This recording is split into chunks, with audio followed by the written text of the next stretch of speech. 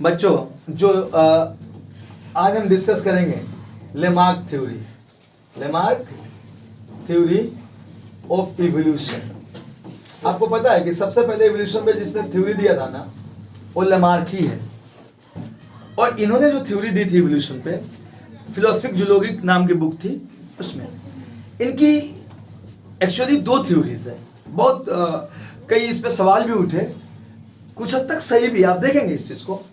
पहला थ्योरी है theory of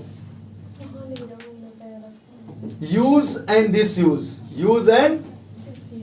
बच्चों देखो, इन्होंने इस थ्योरी में क्या कहा था कि जिस ऑर्गन का हम अपनी बॉडी में ज्यादा यूज करते हैं वो ज्यादा डेवलप्ड होता है। अंदर एक वाइटल फोर्स होती है, जिसका यूज करते हैं वो अपने इंक्रीज होते जाती है। अंदर वाइटल फोर्स होती है, और जिसका यूज नहीं करते हैं आहिस्ता आहिस्ता वो बॉडी से क्या होती जाती है, रिड्यूस और खत्म हो जाती है आने वाले वक्त में। इन्होंने बेहतरीन एग्जांपल दी थी जिराफ का और स्नेक का। डिसयूज में क्या कहा था, स्नेक का। इन्होंने कहा था कि अर्लियर स्नेक जो थे, सांप, उनके पैर हुआ करते थे, but they have to crawl with the bushes. उन्हें झाड़ियों से चलना पड़ता था। तो यार अगर आपको ऐसे चलना पड़ता है तो पैर का होना तो नुकसान पहुंचाएगा ना। तो वो आहिस्ता आहिस्ता क्या हुआ, चलने लगे। इवोल्यूशन के थ्रू उनका आहिस्ता आहिस्ता पैर क्या हो गया, कंप्लीटली यूजलेस, रिड्यूस हो गया। आज भी पैर है उनका, देखेंगे तो फंक्शन लेस है।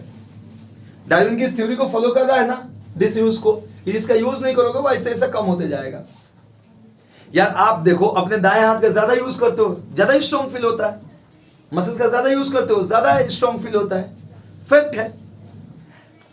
और उन्होंने डिसयूज में कहा था, डिसयूज में ये कहा था, और यूज में क्या कहा था कि जिस चीज का यूज करेंगे वो डेवलप होते जाएगा।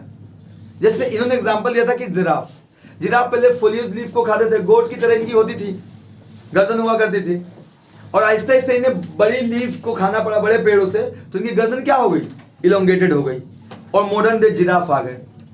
Got it. लेकिन ये थ्योरी बहुत सही नहीं मानी गई। आप बताओ ना, आप अपने आंखों का सबसे ज्यादा यूज करते हो, आंखों तो डेवलप होना चाहिए, क्यों चश्मा लग गया मेरा? तो थ्योरी गलत हो गई ना। इनकी दूसरी थ्योरी जो थी वो, और इन्होंने क्या कहा था, इनहेरिटेंस ऑफ एक्वायर्ड कैरेक्टर, यानी जो कैरेक्टर आपने गेन किया है दुनिया में अपने बच्चों में ट्रांसफर कर दोगे। इनहेरिटेंस ऑफ एक्वायर्ड कैरेक्टर, ये भी गलत, ये ज्यादा गलत हुई। एक्वायर्ड कैरेक्टर क्या था, लेकिन he was the first philosopher जिन्होंने इवोल्यूशन के बारे में दी थी थ्योरी।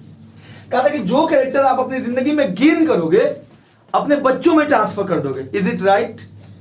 यार मैंने पूरी जिंदगी पे पढ़ाने का एक्सपीरियंस गेन किया, क्या मैं अपने बच्चों में ट्रांसफर कर दूंगा?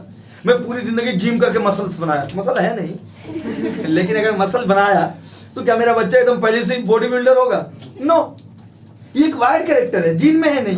कैरेक्टर वही बच्चों में जाती है जो जीन में होती है। तो गलत हो गया, पर ट्राई तो किया था इन्होंने देने के लिए, एक लॉजिक तो बनाया था कि आगे इस पे इवोल्यूशन पे थ्योरी चलने लगी। लेकिन कुछ हद तक, मैं तो I don't know about the book, वो बुक की बात है, आप एग्जाम में लिखिएगा। हमारा अपना फिलॉसफी है कि इनका यूज वाला थ्योरी और डिसयूज वाला थ्योरी तो बहुत हद तक सही था। एक्सेप्शन होते हैं चीजों का, लेकिन बहुत हद तक मुझे आई थिंक कि इट इज बेटर। बट इसको ये क्लियर नहीं कर पाए थे, जीन से रिलेट नहीं कर पाए थे, इसलिए ये बहुत फेमस नहीं हुए। डार्विन बाजी मार गए, वेरिएशन कह दिया था। ठीक है बच्चों, ओके। तो ऑनलाइन क्लासेस हम ले रहे हैं, ऑफलाइन तो फिलहाल बंद ही है अभी, तो देख लेंगे हम। Okay bye.